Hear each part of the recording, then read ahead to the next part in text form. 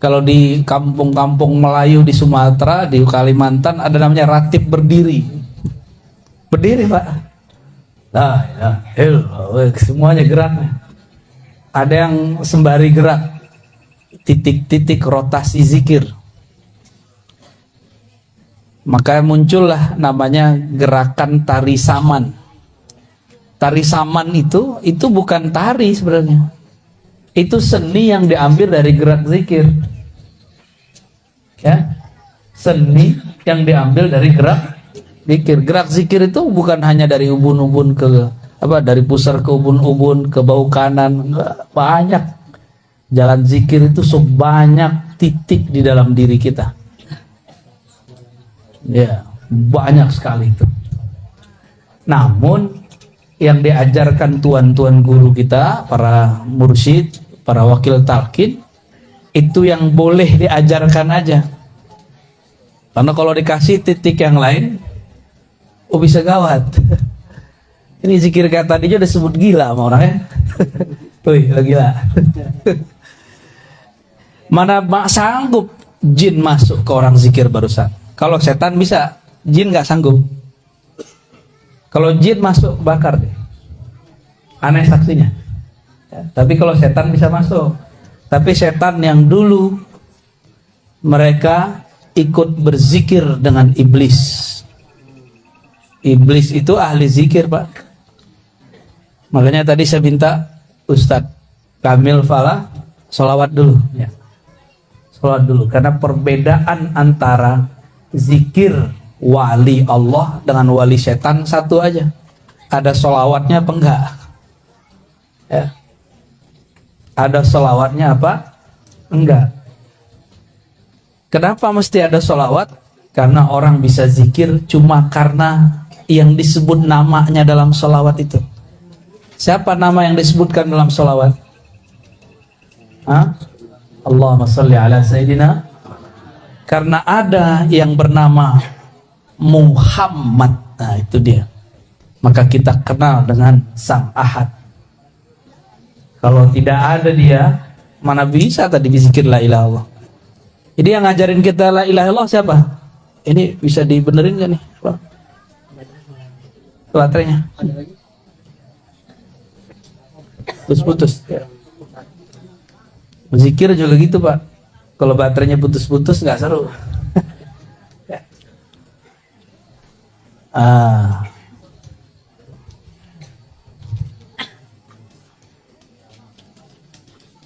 Ganti.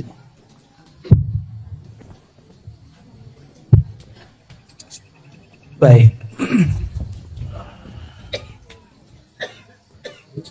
Nabi SAW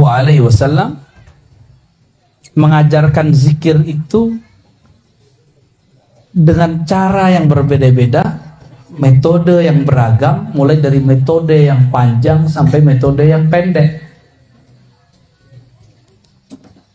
Contohnya, beliau SAW mengajarkan orang, maukah kamu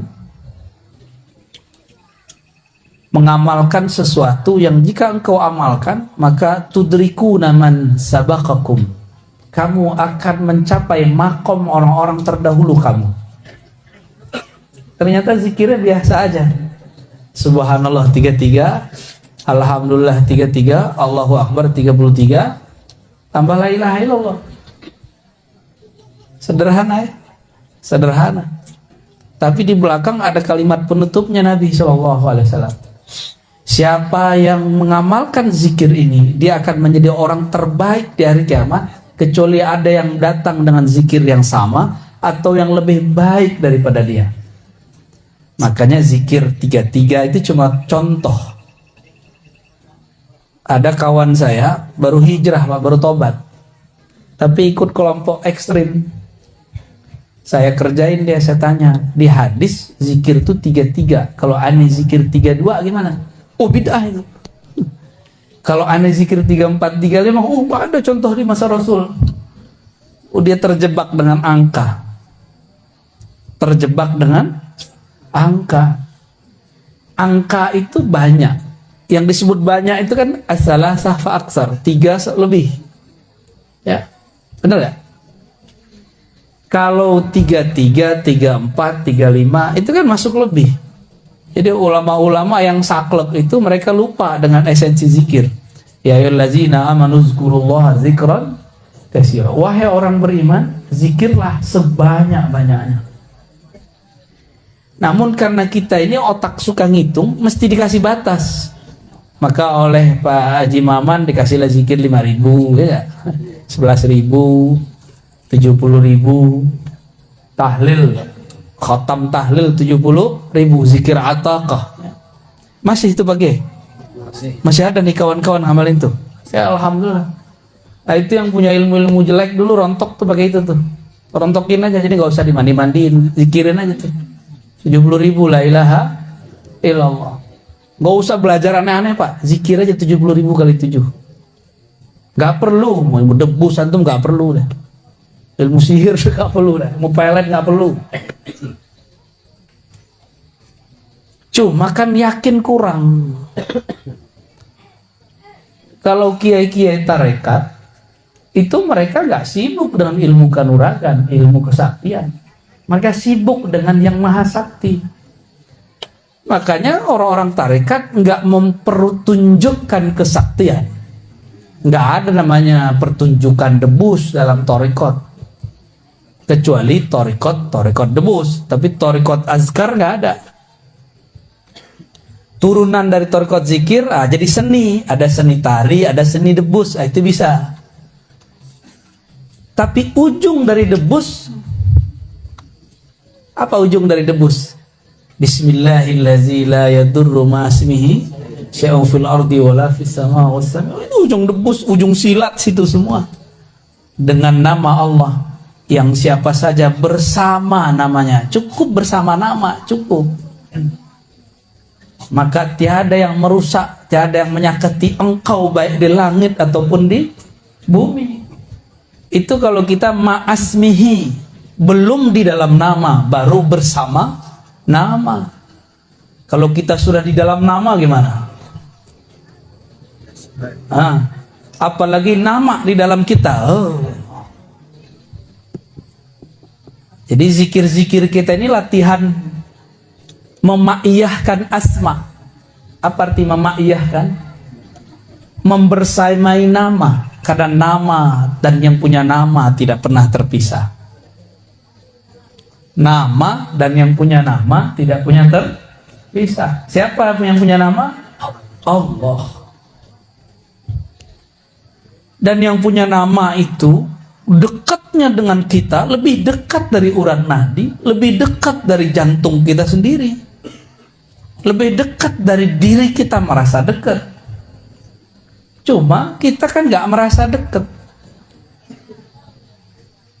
Maka zikir-zikir hentak-hentakan itu sebenarnya untuk membuka blok. Kalau bahasa orang di kota, kalau kita di pesantren nyebutnya hijab. Ya, hijab apa? Hijab kegelapan, hijab cahaya. Ternyata hijab terbagi dua. Ya, hati-hati nih. Hijab artinya penghalang kita kepada Allah. Kenapa nih beberapa orang bingung, nih zikir apa sih? Kok bentak-bentak Allah sih? Nah itu dia kehijab akalnya. Allah kan gak budek, ngapain zikir keras-keras? Yang budak bukan Allah, ente yang budak. Orang udah zikir dari tadi, ente masih mikir aja. Ya. Budak tuh akal itu. Orang udah asik nyebut nama Allah, dia masih mikir. Telinganya pada segede itu, di sampingnya orang dan zikrullah, masih aja nanya. Ya. Itu hijab, Pak, hijab akal itu. Apalagi yang sok-sok modern, hari gini. Iya, hari gini, ya salam. Tapi kan ada menu khafi, ya, kan ada menu jahar, ada menu khafi. Yang nggak seneng zikir keras, zikir lembut aja. Asik juga itu. Orang nge-rap di luar, kita ngepop di dalam ya. Boleh, nggak apa-apa. Ya antum nggak sedang zikir keras, zikir lembut di dalam. Orang yang sedang asik dengan kerasnya, jangan dilarang. Tuh. Nikmat hidup kalau begitu. Kalau zikir tadi pejam mata nggak? Atau pada menontonin orang? Ya. Ya. Kalau mau menikmati zikrullah, mulai dari pejam mata. Karena mata ini hijab, ini penghalang. Penghalang yang membuat kita tidak bisa merasakan getaran nama. Ya. Maka perlu dipejam. Supaya ketika awal-awal betul perlu diambil dari pusar, ditarik ke ubun-ubun, ke bawah kanan, hujam ke kolbu. Itu awal-awal. Kalau udah kenceng zikirnya di kolbu aja, nggak usah keluar-keluar, ntar kepalanya kemana-mana. Capek tukang mijitnya. Ya. Jadi kalau sudah kenceng, coba di kolbu, Allah, ya. Jadi nggak usah kemana-mana, kepalanya nggak usah di situ aja. Allah. Ya. Itu kan cuma metode jalan zikir. Kalau sudah sampai di tujuannya, jangan balik lagi. Itu namanya debat kusir. Ya, bolak-balik. Kalau belum tembus, ulang lagi dari pusat, naik begitu, ya. Tapi kalau sudah di situ, udah langsung main di kolbunya. Dan itu lebih enak. Kan tujuannya cuma iza zukirallah wajilat qulub. Kalau disebut nama Allah, kolbu bergetar. Kalau getarannya sudah main, maka dia akan bergerak di dalam. Gak perlu ditarik-tarik ke otak lagi, ya. Jadi besok-besok kalau zikir lagi, jadi kepala antum tuh rehat, ya. Cuma begini aja dia, itu udah nikmat, bukan main. Itu jantung tuh Farhan dia. Tahu Farhan nggak? Apa arti Farhan? Hah? Farhan bukan nama teman itu.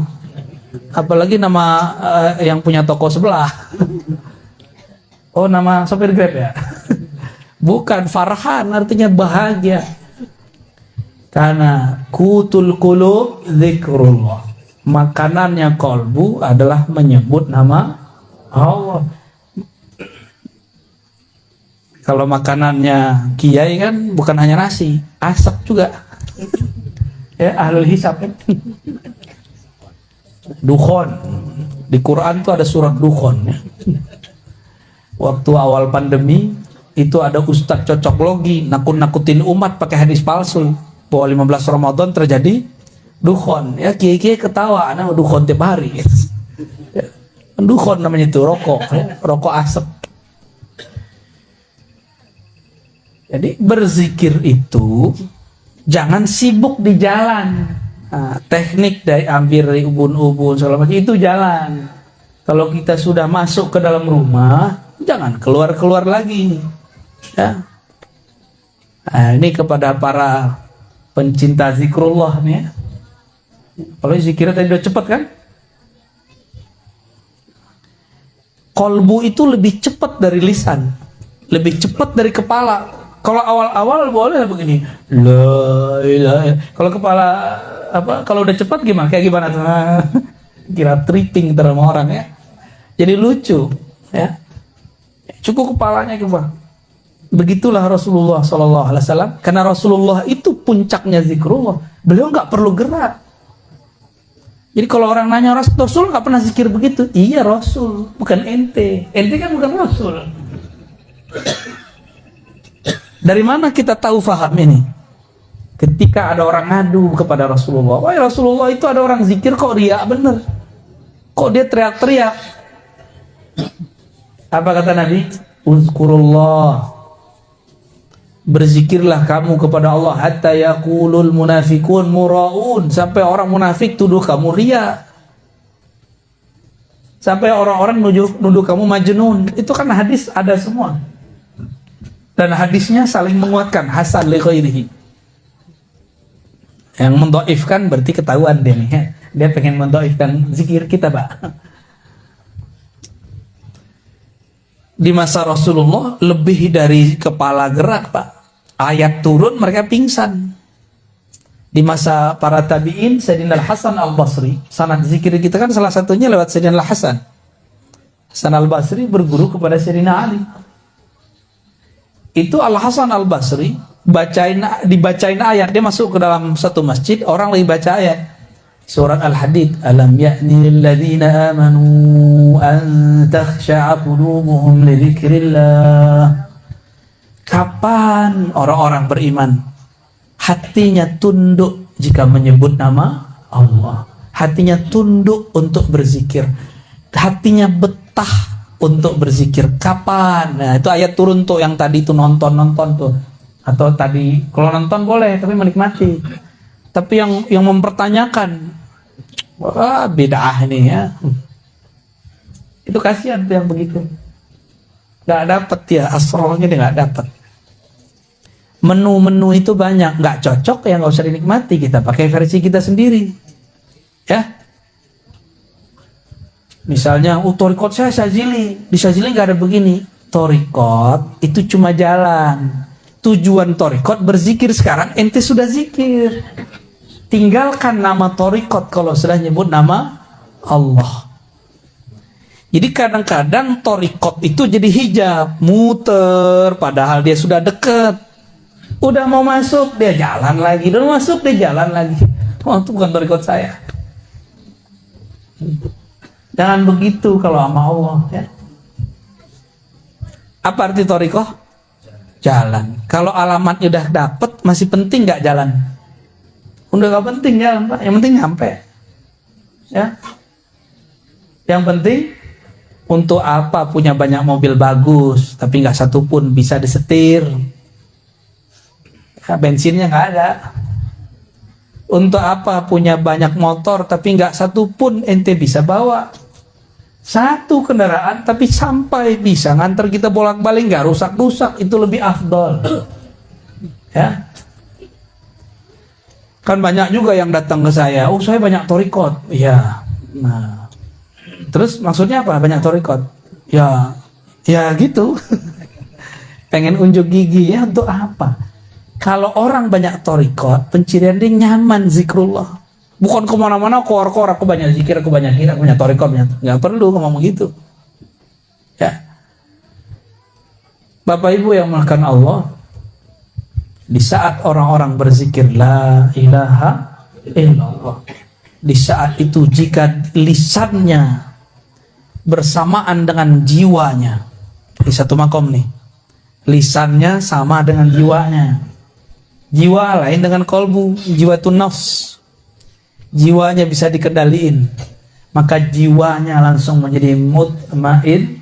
Nah, kalau masuk ke kolbu jadi radiyah, mardiyah. Kalau orang zikir la ilallah dengan kolbunya, dengan jiwanya, apa yang hasil pada dirinya? Itulah yang disebut di dalam hadis qudsi. La ilaha illallahu hisni. La ilaha illallah itu benteng aku. Bentengnya Allah. Jadi bentengnya Allah bukan tembok tebal-tebal, tapi kalimah yang sudah masuk mendarah daging ke dalam badan, itulah benteng hakiki. Nanti kalau pandemi datang yang gede lagi, panik nggak? Kalau panik berarti bentengnya belum kuat. Kena nggak apa-apa, yang penting jangan panik. Karena serangan virus itu bukan ke badan yang bahaya. Yang bahaya itu ke pikiran. Berarti benteng rohaninya jebol. Coba tanya alumni COVID, lulusan COVID LC,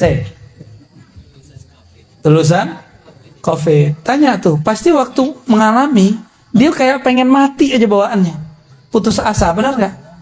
Putus asa itu adalah torekot syaitoniyah.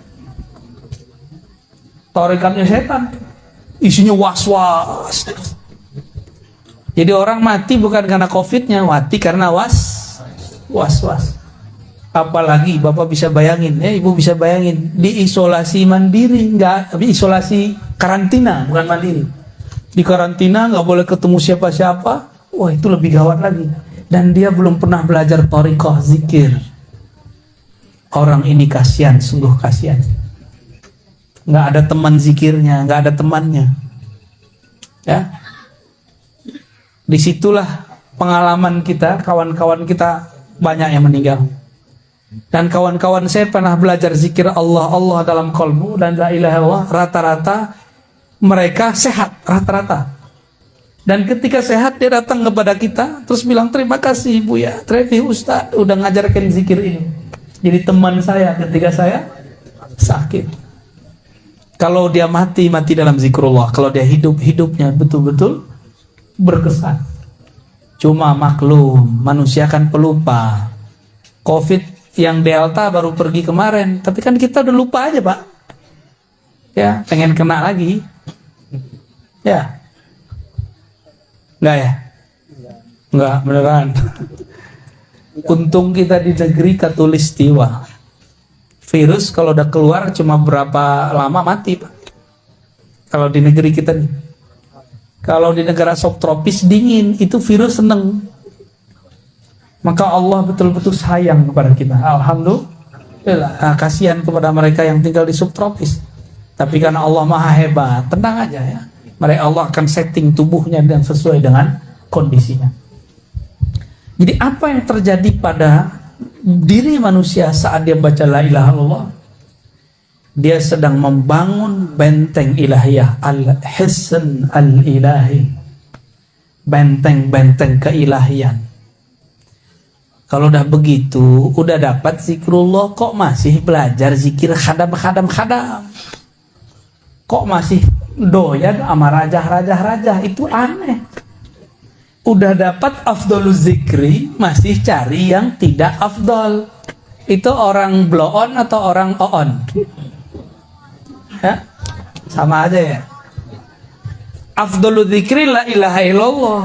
La ilaha illallah hisni, la ilaha itu paling tinggi, disebut bentengnya Allah.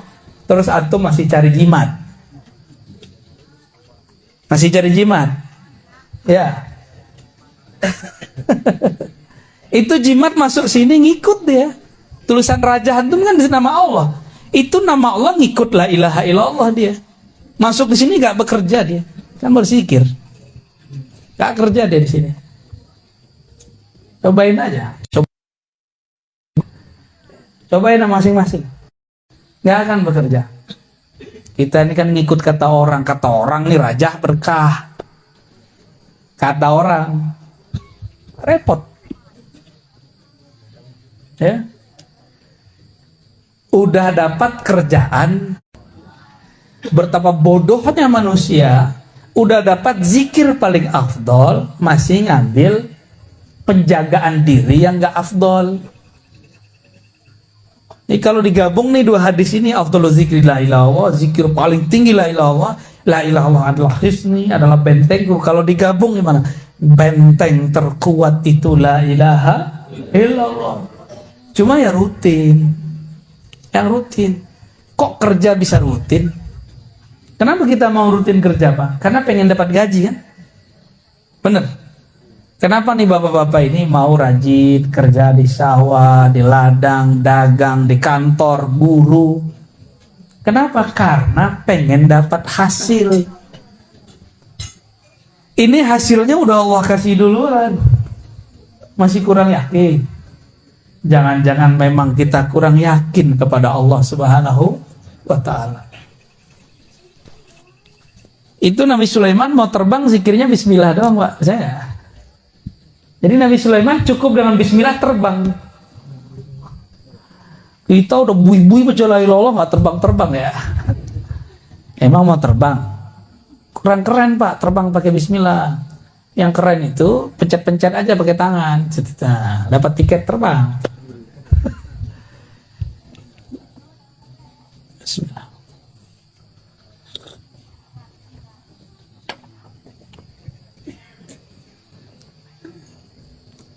Jadi zikrullah ini ada 3 yang mau saya sebutkan. Zikrullah qutul qulub. Itu udah tadi ya. Zikir Allah, mengingat Allah itu makanan kalbu. Bapak Ibu nggak makan seharian, lemes nggak? Itulah nasib orang nggak zikir seharian. Udah dikasih talqin sama Pak Kiai Haji Maman, nggak dipakai. Mau antum kiai 1000 kali kiai nggak ngaruh. Oh saya bisa baca kitab, nggak masalah. Nabi nggak perlu baca kitab begituan. Kitab kuning kan baru kemarin sore ada. Nabi memang baca kitab kuning? Enggak, Nabi nggak perlu kitab kuning, di dalam dirinya semua kitab ada. Maka An-Nabil Ummi bukan Nabi tidak bisa baca tulis. An-Nabil Ummi, Nabi induk semua kitab, Ummul kitab, itu artinya. Allahumma sholli ala Sayyidina Muhammad. An-Nabil Ummi, Nabi yang Al-Ummi. Al-Ummi itu bukan dia nisbah, bukan Nabi yang nggak bisa baca tulis. Nabi yang di dalam dirinya ada induk semua ilmu pengetahuan. Itu An-Nabiyil Ummi. Salah satu pengetahuan kitab di dalam qalbu Nabi adalah risalah la ilaha. Ketika beliau mengatakan afdalu dzikri la ilallah, itu adalah ikhtisar dari isi kitab di qalbunya. Itu baru satu kitab, Pak, zikir risalah la ilaha. Jadi di qalbu Nabi itu ada semua risalah, rahasia-rahasia. Tapi umur beliau pendek. Yang penting Mekah sudah ditaklukkan, syariah sudah mapan. Maka orang tidak akan mengkultuskan orang yang di qalbunya ada risalah kita. Sayyidina Isa, beliau menampilkan isi kitab qalbunya sebelum syariat Bani Israel waktu itu mapan. Akhirnya mereka menyembah Nabi Isa. Salah satu isi risalahnya apa? Rahasia, nama Allah Hayyun dan Hayat, Muhyi. Ada orang udah mati, dipegang dadanya oleh beliau, hidup. Hidup, Pak. Orang kira ini Tuhan, ini bukan manusia ini. Nabi Muhammad kan sering melakukan itu, cuma nggak dieksplor di banyak riwayat. Saya pegang, Pak, beberapa riwayatnya. Nabi menghidupkan orang mati, ada riwayatnya. Tapi didoifkan oleh ahli hadis yang nggak percaya. Mereka cari-carilah kesalahan hadis itu. Itulah rahasia kenapa syariat dimapankan di masa Rasulullah. Sedangkan rahasia-rahasia qalbu ini tidak berhenti, turun terus. Inilah makna al-ulama warasatul anbiya. Ulama mewarisi risalah-risalah kitab dari qalbu an-nabi al-ummi. Langsung, Pak. Nggak lewat Google, nggak lewat kitab kuning. Kitab kuning itu dari sini, dari qalbu. Jangan dibalik. Ini kiai-kiai udah kehijab ini, santri-santri udah kehijab. Kok qalbu ngikutin kitab kuning? Salah itu. Kitab kuning pemahamannya harus ngikutin rahasia warisan qalbu Rasulullah SAW. Itu ya baru sahih warisan Rasulullah. Baru pewaris Rasul ente. Kalau enggak pewaris kitab bulukan itu namanya. Itu kan kitab komersial. Orang jualan supaya kaya. Udah kaya itu yang jualan kitab. Kita masih puji baku, dan berapa banyak kitab yang salah cetak, Pak. Laknya hilang, gawat sudah. Udah berapa banyak kitab salah cetak. Kalau nggak punya qalbu, beres kita. Sesat menyesatkan udah. Saya udah banyak, Pak, ketemu. Tiap hari kan kita kerjaannya bolak-balik kitab. Kita bingung, ini kitab ini kok masih dipertahankan di pesantren. Ya. Banyak. Kita ini kan fanatis ke kitab kuning. Kitabun Mubin nggak fanatis, ya. Kitabun Mubin. Itulah umul kitab. Rahasianya ada di Al-Fatihah. Al-Fatihah terkumpul di dalam basmalah. Basmalah terkumpul dalam ba terkumpul dalam satu titik. Nah, kalau sudah di titik nggak usah keluar lagi, zikirnya di situ aja, ya. Makanya qalbu itu belakangnya ba, supaya langsung masuk ke sana. Di depannya qaf. Wah, itu rahasia huruf tuh banyak, ya. Saya nggak usah bahas rahasia huruf lama-lama ini. Jadi la ilaha illallah itu makanan qalbu paling mahal. Cara menikmatinya macam-macam. Ada yang pedas, ada yang manis. Yang pedas thariqat qadiriyah, yang manis thariqat naqsyabandiyah, gitu. Kan ada yang nggak senang pedas-pedas, senangnya manis-manis. Kalau orang Banten nih senangnya pedas manis. Dapat zikirnya yang keras, dapat zikirnya yang manis. Alhamdulillah. Ada yang senangnya nge-rap musiknya, ada yang senangnya melankolis, ya, melo-melo, musiknya yang syahdu-syahdu. Itu pilihan kita aja. Itu kan musik di dalam diri. Jadi zikir keras lembut itu adalah hentakan di kolbu. Nggak ngaruh orang di luar sana. Mau di luar sana orang bentak-bentak, kalau di kolbunya lembut tetap kolbu lembut deh. Ya. Ini contoh nih yang lagi sibuk megang handphone. Orang udah zikir keras-keras di sampingnya, dia masih sibuk ya. Pasang status, lagi ikut majelis zikir nih. Lah kok bisa orang ikut majelis zikir pasang status? Ya, canggih Pak zaman sekarang ya. Lumayan lah dapat berkah. Iza maratu biridil jannah, tahu kalau kamu lewat di majelis-majelis di taman-taman surga, maka petiklah, icip-iciplah, coba-cobalah, lumayan. Ini kan saya pernah cerita di sini, di mana nih? Guru dari guru saya, namanya Syekh Husain Usairon Al-Lubnani, mantan orang Syiah, ngejekin ahlu sunnah, thariqat Naqsyabandiyah yang ada di Masjid Jami' di Lebanon. Itu zikir Pak, ba'da sholat. Afdalu dzikri la ilaha illallah. Itu di sana zikirnya sama dengan di sini. Ya. Sekarang kan udah ada YouTube kan? Kita kan udah jadi wali YouTube. Orang wali kutub, kita wali YouTube. Tinggal cek aja zikir tarekat Libanon, Beirut, Turki sama kayak di sini. Beda hidung aja, mancung sama nggak mancung. Ya. Beda brewok sama nggak brewok, itu aja bedanya. Selebihnya sama, metodenya sama. Bahkan tarekat Syadziliyah di sana zikirnya kayak di sini. La ilaha illallah. Baru Syadziliyah, ternyata Syadziliyah Al-Qadiri. Kalau di sini kan Naqsyabandi ada Qadiriyahnya, Qadiriyah ada Naqsyabandiyahnya. Yang penting dapat Qadiriyah udah pasti zikirnya kenceng. Ini orang Syiah mau main-main, ikut goyang-goyang pala. Masuklah dia langkahilah itu bahu-bahu orang yang sedang getaran zikirnya lagi dahsyat. Duduk di tengah. Padahal itu porosnya zikrullah. Dia duduk di situ. Dari kiri kanan, coba kepalanya miring. Dicoba Pak, pejam matanya, kepalanya pertama ke kanan. La ilaha, pas illallah hanyut, terbawa arus karena dia di dalamnya kosong, hanyut, hilang benar. Tiba-tiba dia bangun, dia lihat kok nggak ada orang zikir. Ternyata dia masuk ke alam barzakh, dia mati suri sesaat. Datang malaikat munkar nakir, man rabbuka, nggak bisa jawab, lepotan, digampar-gampar, disiksa.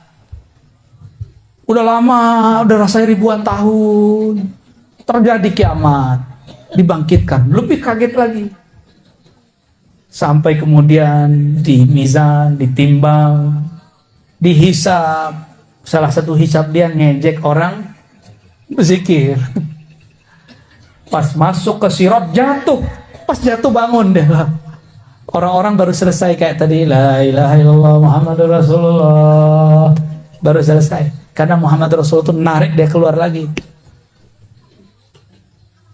Kejadian Pak, ini guru ahli hadis di hari hayatnya.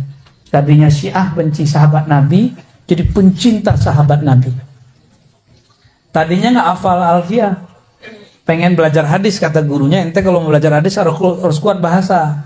Untuk kelas kamu harus kuat Alfiyahnya atau Ujurumiyah. Dia pilihlah Alfiyah, 6 bulan dihafal. Berangkat pagi dia hafal 2 bait, pulang dia hafal 2 bait, malam dia setoran. 6 bulan khatam. Ditalkinlah zikir Naqsyabandiyah, zikir Syadziliyah, zikir Qadiriyah. menjadi mursyid agung di tanah Syam. Namanya Syekh Husain Utsairan. Saya ketemu murid beliau. Orang-orang yang sudah punya benteng itu nggak ke bawah, Pak. Itu hebatnya. Jadi kenapa antum ini sudah nggak larut? Karena sudah ada benteng di dalam kolbunya. Kalau nggak lewat pingsan-pingsan semua pasti. Saya kan ngalami hal yang sama waktu kecil. Ya, zikir samaniyah qadiriyah. Orang baru afdhalu dzikrillah kita udah hilang. Sama kasusnya, mirip-mirip kayak tadi. Kami kalau di sana Pak, di kampung saya, sebelum Jumatan itu tahlil dulu. Afdhalu dzikri la ilaha illallah la ilaha. Itu setiap kali saya merem saya diputar ke alam semesta itu.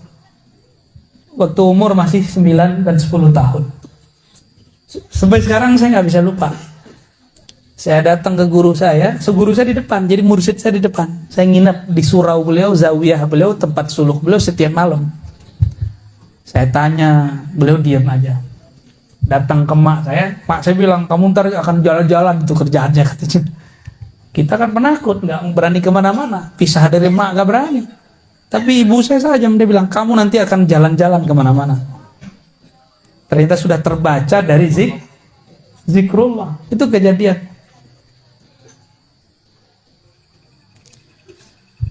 Maka la ilaha illallah itu sayrus salikin. Nah, la ilaha illallah itu adalah hiburan jalan-jalannya para salik.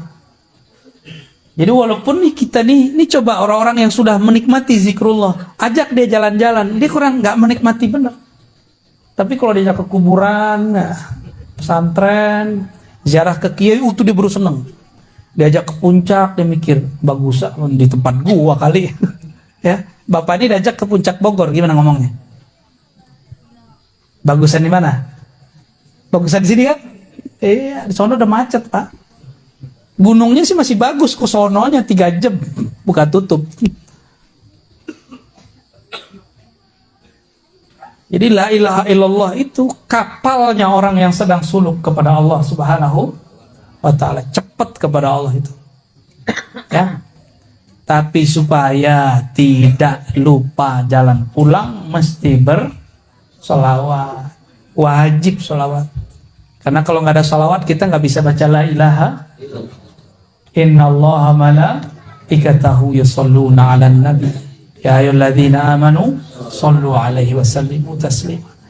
Karena Allah bersolawat, kita malu kepadanya, maka kita solawat juga.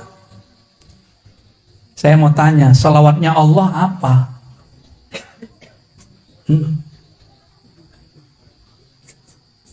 Kalau malaikat kan Allahumma sholli ala Muhammad, itu malaikat. Allah sholawatnya gimana? Masa Allah doa ke Allah kan? Allahumma sholli ala Muhammad, gua sama Allah. Aku Allah. Lah itu gimana dia ngomongnya? Nah itu rahasia Pak ya. Yang ikutin kajian di YouTube terpaham ya. Malam ini nggak dibuka dulu ya. Ntar ada yang protes soalnya.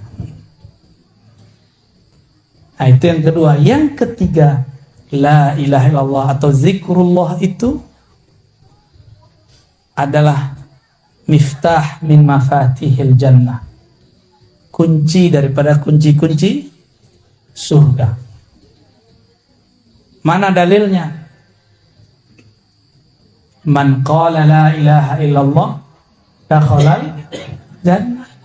Siapa yang baca la ilaha illallah pasti masuk surga. Dan lafaz ini nggak main-main, dakhala. Dakhala itu fi'il madhi.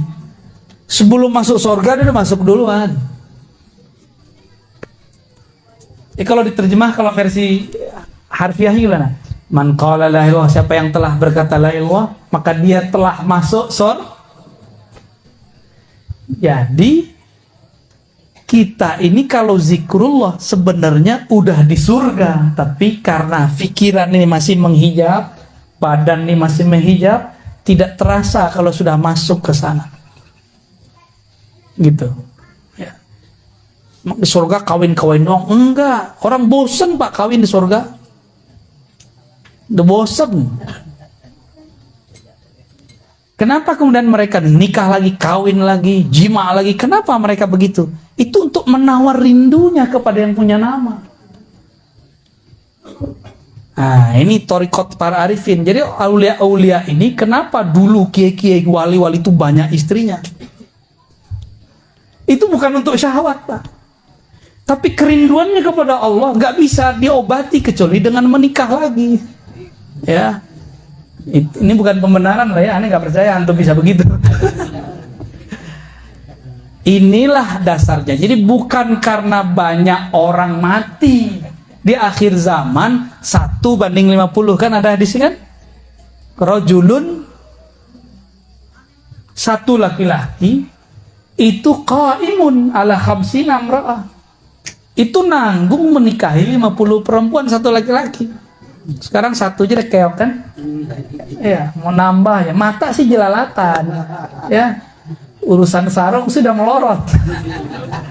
Ya? Takwa. Iya, mata kita mah sama, Pak. Mata saya, mata Bapak beda. Yang beda kan sarungnya. Ente paham gak, Cok? Belum paham katanya mau alam. Jadi kenapa di surga itu banyak kawin, Pak? Banyak pernikahan. Itu bukan karena syahwat. Jadi orang salah paham surga itu dikira tempat eksplorasi untuk menyalurkan syahwat. Itu penghinaan terhadap Allah. Ya, enggak. Tapi begitulah Allah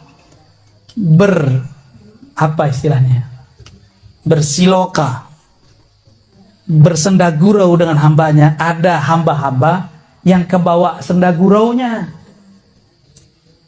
Diceritakan di surah Waqi'ah, ya. Uruban atraba, inna ansha'nahunna insya'a, faja'alnahunna abkara. Uruban atraba, udah jorok aja otak mikirnya.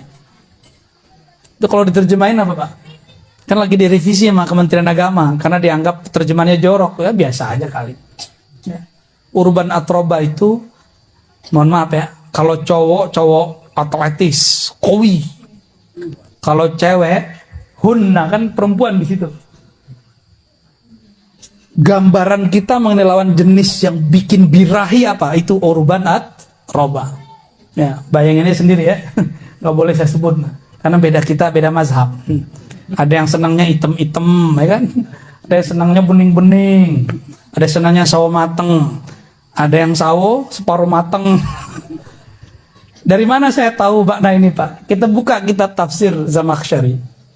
Itu orang Mu'tazilah, Persia, bukan orang Arab. Ketika orang Arab mengatakan al-jamal nisful bayat, putih itu separuh cantik. Kata Zamakhsyari, enggak, justru sawo mateng itulah separuh cantik. Iya. Kalau kita kan seneng tuh sama muka-muka Arab ya. Muka-muka kulit babi itu. Enggak ada pigmennya, Pak. Muka-muka orang barat, kan enggak ada pigmennya tuh. Merah semua. Kalau putih tuh Cina, beda lagi. Kata temanku ini dia nakal juga nih. Kulit bengkoang kata. Kayak bengkoang dikupas nih. Putih kata tetangga. Ada yang senang begitu. Tapi orang-orang di Eropa senangnya gimana? Sawo mateng. Ya, serius. Kalau kita, jadi kita nggak usah berpikir ala mereka, kita mikir ala kita aja. Itu penafsiran, ya, beda kampung, beda selera. Tapi semua itu bukan untuk nafsu, bukan. Di sorga itu disebutkan nikmat berhubungan badan semikian rupa, bukanlah untuk badan itu sendiri, tapi untuk mengalihkan kerinduan. Karena seorang hamba hanya bertemu Allah pagi dan sore. Dari pagi ke sore sudah 500 tahun. Berapa tahun?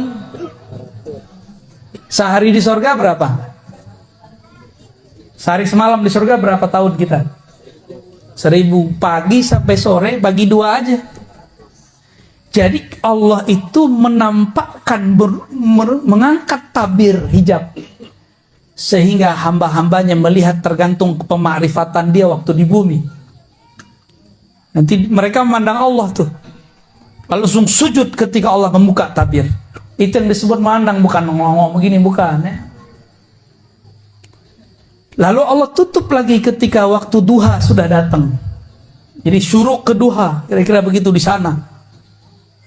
Dan mereka lupa dengan semua nikmat jima, lupa nikmat khamar, lupa nikmat madu, lupa semua. Ketika Allah sumber semua kenikmatan melihatkan dirinya, memperlihatkan tajallinya, lupa semua. Lalu Allah tutup tabir. Mulailah mereka rindu, ditunggu sehari, 2 hari, 3 hari, hitungan bumi di sana belum sehari 2 hari. Dihitung sampai sore, 500 tahun. Selama itulah mereka doyan menikah. Wali-wali Allah di bumi, kalau mereka nikah banyak, itu babnya, bukan karena syahwat dia. Jadi jangan suuzon sama kiai yang banyak istri.